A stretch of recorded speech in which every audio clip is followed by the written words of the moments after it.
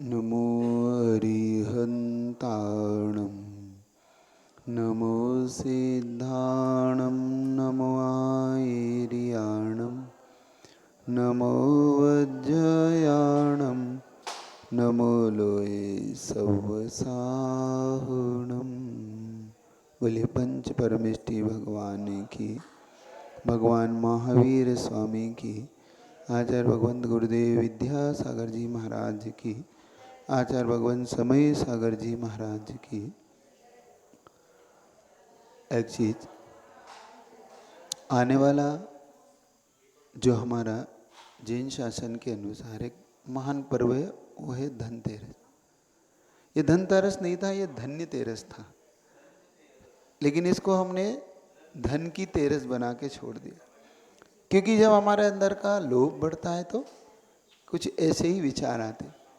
लेकिन अगर इसको बहुत अच्छा बनाना हो, क्योंकि ये पूरे साल भर की नींव रखता है, क्योंकि इस दिन भगवान महावीर ने योग निरोध करके अपनी उस चेतना को सिद्धालय में पहुंचाने की एक प्रक्रिया की थी।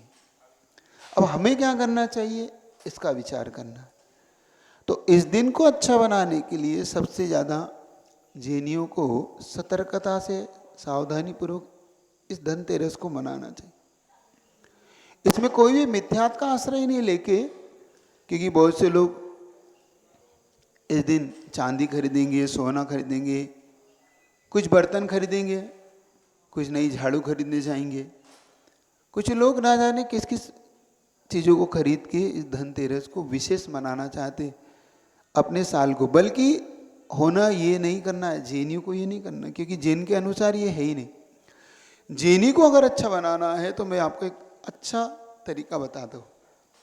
अगर जैनी लोग चाहते हैं कि ये धनतेरस उनके लिए विशेष हो जाए और साल भर उनका अच्छा जाए, तो उस दिन के लिए सभी जैनी सुने, अच्छे सुन ले इसको और लोगों तक भी पहुंचा देना कि उस दिन विशेष तौर से सुबह सुबह, क्योंकि भगवान ने सुबह सुबह समोसरण का विसर्जन कर दिया था और भगवान अब पावापुर पहुंच गए थे योग निरोध की प्रक्रिया के लिए। तो आपको क्या करना है, आपको सुबह सुबह प्रातःकाल तेरस के दिन वो धन्य करना है। तो विशेष तौर से पूरा परिवार उस दिन स्नान इत्यादि करके मंदिर जाए और हाथ में श्रीफल लेके जाए और विशेष तौर से दीपक लेके जाए और उन श्रीफलों से भगवान के सामने सबसे पहले प्रार्थना करें कि भगवान महावीर स्वामी आप धन्य है, हे वर्धमान स्वामी आप धन्य है कि आपने आज के दिन समोसरण का त्याग करके और उस योग निरोध के लिए आप तैयार हुए। फिर उसके बाद पूरा परिवार उस दिन शांति धारा करे, अभिषेक करे और भगवान महावीर की महापूजा करे उस दिन। फिर अपने घर के लिए शुभ करने के लिए सबसे ज़्यादा एक मंगल द्रव्य की तोरण आती है, वो घर में लगाए और एक अच्छी रंगोली बनाए, बढ़िया सुंदर सुंदर रंगोली। और उस दिन के लिए 3 दिन के लिए कोई ना कोई प्रण ले ले कि कम से कम हमारा परिवार 3 दिन इस नियम का पालन जरूर करेगा। मतलब 3 दिन रात्रि भोजन नहीं तो बिजनेस के चक्कर में रात में खाता है, उल्टा पाप कमाता है इस दिन। तो रात्रि भोजन नहीं, कोई व्यसन नहीं, किसी प्रकार की कोई भी पटाखे नहीं, कोई बारूद नहीं, कुछ भी नहीं करना है 3 दिन। और बल्कि 3 दिन आपको सुबह शाम दीपक लगाना है, मंदिर में भी और घर में भी विशेष तौर से। और विशेष तौर से रंगोली घर को अच्छा बढ़िया 3 दिन के लिए, बल्कि वैसे तो 5 दिन के लिए सजाते हैं, दूज तक लोग सजाते हैं।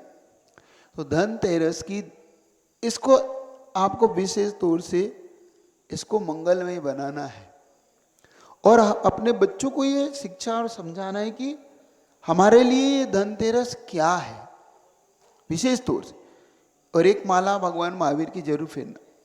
और शक्ति हो, तुम्हारी शक्ति हो तो उस दिन धनतेरस के दिन अष्ट प्रात्यार में से कोई प्रात्यार समर्पित करो। छत्र है, चमर है, भामंडल है, सिंहासन है ना, ये समर्पित करो उनको, भगवान को खरीद के मत लाओ, क्योंकि भगवान ने त्याग किया है और त्याग से ही आपका जीवन महान होता है, आपकी भावनाएं पूरी होती।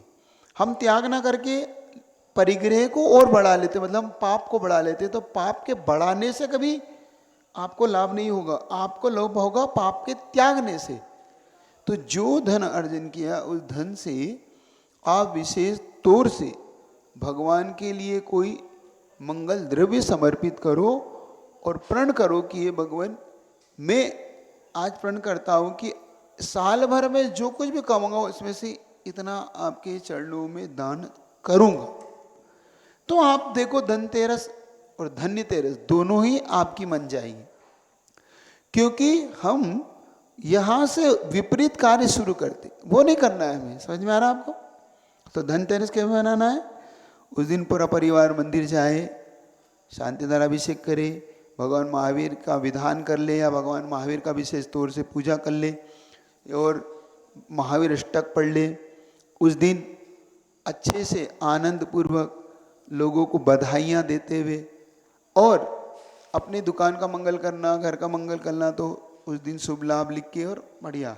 ये दीपावली से 1-2 दिन पहले कह रहा हूँ मैं आपसे, दीपावली की तो प्रक्रिया पूरी अलग ही है।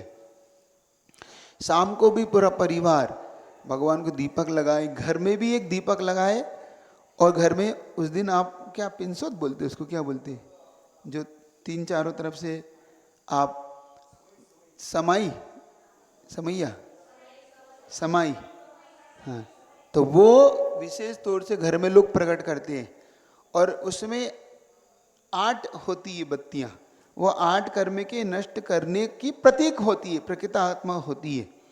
तो पहले वो केवल ज्ञान से 4 बत्तियाँ लगाते, फिर धीरे धीरे करके दिवाली तक 8 बत्तियों को जलाते हैं, पंच परमेष्ठी के 5 दीपक लगाते हैं। तो ये प्रक्रिया उस धनतेरस पे विशेष तौर से शुभ बनाना हो। आप चाहते हो पूरा साल भर शुभ हो जाए, आप चाहते हो कि आपके आने वाला परिवार और आने वाली पीढ़ियाँ इसका लाभ लें, तो समीचीन धनतेरस मनाना।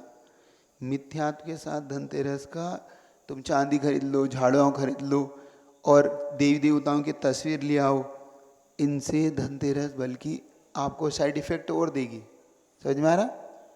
तो धनतेरस शुभ हो जाएगी और अच्छी हो जाएगी, ये सबको याद रख, ठीक है।